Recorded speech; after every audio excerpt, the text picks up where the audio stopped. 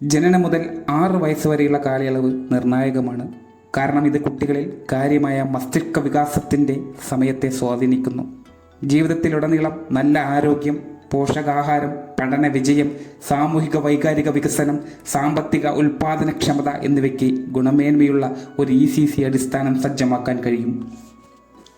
കുട്ടികളുടെ സമഗ്രവും ഗുണമേന്മയുള്ളതുമായ pre primary വിദ്യാഭ്യാസം പ്രോത്സാഹിപ്പിക്കുക എന്ന ലക്ഷ്യത്തോടെയാണ് ശൈശവകാലത്തെ പരിചരണവും വിദ്യാഭ്യാസവും നടത്തുന്നത്. അതിന് നമ്മുടെ അംഗനവാടികൾ വലിയ പങ്കാണ് വഹിക്കുന്നത്.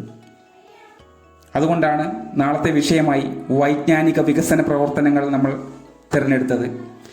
ഇത്തരത്തിൽ വൈജ്ഞാനിക വികസന പ്രവർത്തനങ്ങൾ നമ്മൾ അംഗനവാടികളിലൂടെ നടത്തുമ്പോൾ നമ്മുടെ കുട്ടികളുടെ സർഗാത്മകത ശേഷി വളർത്തുന്നതിനും അവരുടെ ക്രിയാത്മക ശേഷി ഉയർത്തിപ്പിടിക്കുന്നതിനും സാധിക്കുന്നു എന്നുള്ളതാണ്. വൈജ്ഞാനിക വികസന പ്രവർത്തനങ്ങൾക്ക് കീഴിൽ ഒരുപാട് പ്രവർത്തനങ്ങൾ നമുക്ക് ചെയ്യാനുണ്ട്.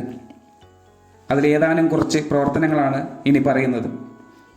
അതിലാദ്യം വരുന്നത് പസിൽ സോൾവിങ്, കൗണ്ടിങ് ഗെയിമുകൾ, മെമ്മറി കാർഡുകൾ ഉപയോഗിച്ചുകൊണ്ടുള്ള കളികൾ, ബിൽഡിംഗ് ബ്ലോക്കുകൾ, ഇൻറ്ററാക്റ്റീവ് റീഡിംഗ് തുടങ്ങിയവയൊക്കെയാണ്. ഇത്തരത്തിലുള്ള പരിപാടികളാണ് നിങ്ങൾ നാളെ അംഗനവാടികളിൽ നടത്തേണ്ടത്. ഇതെല്ലാം ഓരോ കുട്ടികളുടെ വൈജ്ഞാനികമായ വികാസത്തിന് കാരണമാകുന്നു. അതുപോലെ തന്നെ അവരുടെ സർഗാത്മക ശേഷി വളർത്താനും ഇത് ഉപകരിക്കും. ഇത്തരത്തിലുള്ള പ്രവർത്തനങ്ങളാണ് നിങ്ങൾ നാളെ ആസൂത്രണം ചെയ്ത അംഗനവാടികളിലൂടെ നടത്തേണ്ടത്. ഇതിൻ്റെ വിശദ വിവരങ്ങൾ നമ്മൾ ജനന്തോളം ഡാഷ്ബോർഡിൽ എൻട്രി ചെയ്യേണ്ടതുണ്ട്. നാളത്തെ പരിപാടിയുടെ എൻട്രി എങ്ങനെയാണ് ചെയ്യേണ്ടത് എന്നുള്ളത് തുടർന്ന് കാണുക.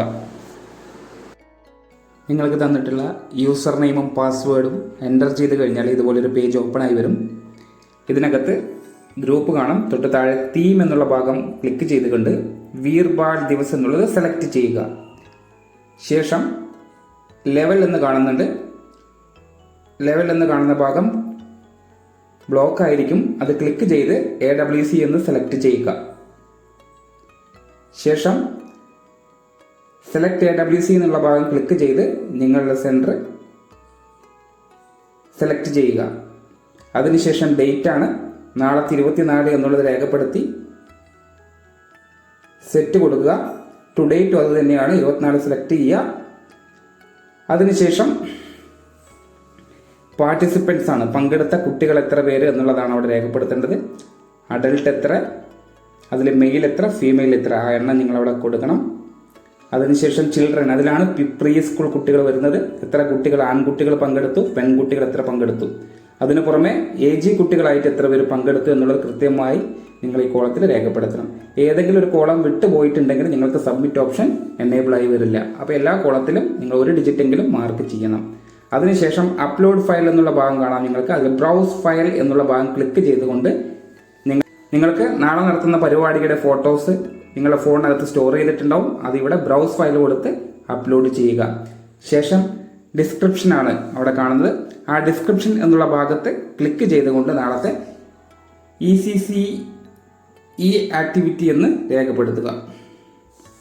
ശേഷം സബ്മിറ്റ് ബട്ടൺ ക്ലിക്ക് ചെയ്ത് മുന്നോട്ട് പോവുക.